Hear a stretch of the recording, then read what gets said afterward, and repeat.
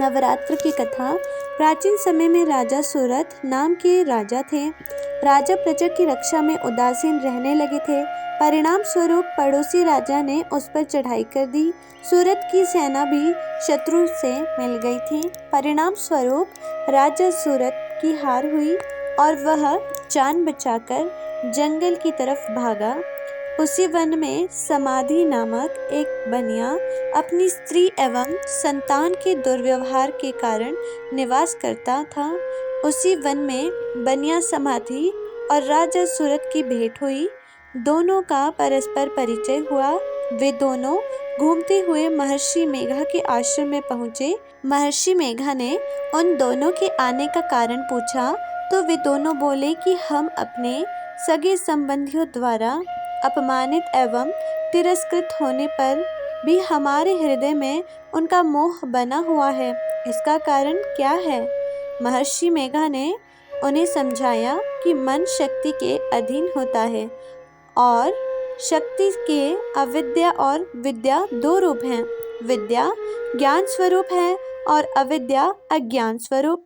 जो व्यक्ति अविद्या अज्ञान के आदिकरण रूप में उपासना करते हैं उन्हें वह विद्या स्वरूप प्राप्त होकर मोक्ष प्रदान करती है। इतना सुन राजा सूरत ने प्रश्न किया, हे महर्षि, देवी कौन है? उनका जन्म कैसे हुआ? महर्षि बोले, आप जिन देवी के विषय में पूछ रहे हैं वह नित्य स्वरूपा और विश्वव्यापिनी है।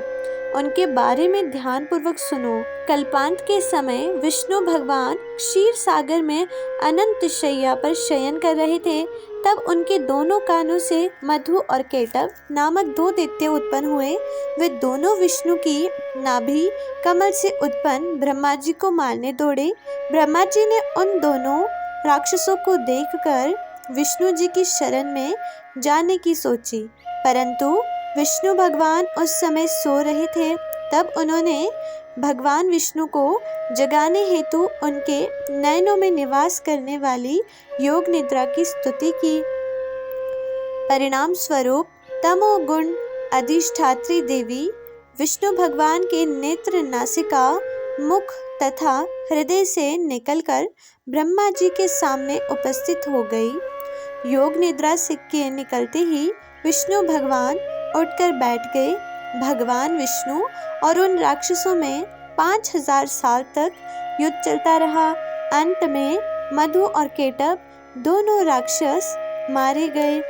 ऋषि बोले, अब ब्रह्मा जी की स्तुति से उत्पन्न महामाया देवी की वीरता तथा प्रभाव का वर्णन करता हूँ, उसे ध्यान पूर्वक सुनो। एक समय देवताओं के स्वामी इंद्र तथा दैत्यों के स्वामी महिषासुर में सैकड़ों वर्षों तक घनघोर संग्राम हुआ। इस युद्ध में देवराज इंद्र की पराजय हुई और महिषासुर इंद्रलोक का स्वामी बन बैठा।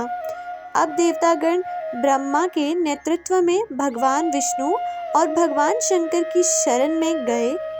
देवताओं की बातें सुनकर भगवान विष्णु तथा भगवान शंकर क्रोधित हुए।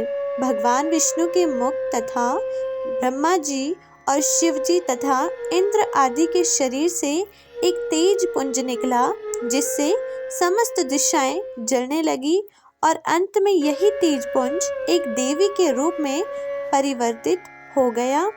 देवी ने सभी देवताओं से आयुध एवं शक्ति प्राप्त करके उच्च स्वर में अट्टहास किया, जिससे तीनों लोक में हलचल मच गई। महिषासुर अपनी सेना लेकर इस सिंहनाद की ओर दौड़ा। उसने देखा कि देवी के प्रभाव से तीनों लोक आलोकित हो रहे हैं।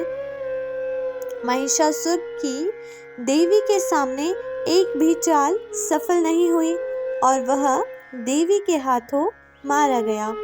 आगे चलकर यही देवी शुंभ और निशुंभ राक्षसों का वध करने के लिए गौरी देवी के रूप में अवतरित हुई। इन उपरोक्त व्याख्यानों को सुनकर मेघा ऋषि ने राजा सूरत तथा बनिया से देवी स्तवन की विधिवत व्याख्या की। राजा और वनिक नदी पर जाकर देवी की तपस्या करने लगे। 3 वर्ष तक घोर तपस्या करने के बाद देवी ने प्रकट होकर उन्हें आशीर्वाद दिया। इससे वणिक संसार के मोह से मुक्त होकर आत्मचिंतन में लग गया तथा राजा सूरत ने शत्रु पर आक्रमण करके विजय प्राप्त करके अपना वैभव प्राप्त कर लिया। यदि आपको यह कथा अच्छी लगी है तो कमेंट सेक्शन में जय माता दी जरूर लिखें एंड चैनल को प्लीज सब्सक्राइब कर दें, बेल आइकन ऑल पर जरूर प्रेस कर दें। तो चलिए एक नई कथा के साथ मिलते हैं, तब तक के लिए जय माता दी।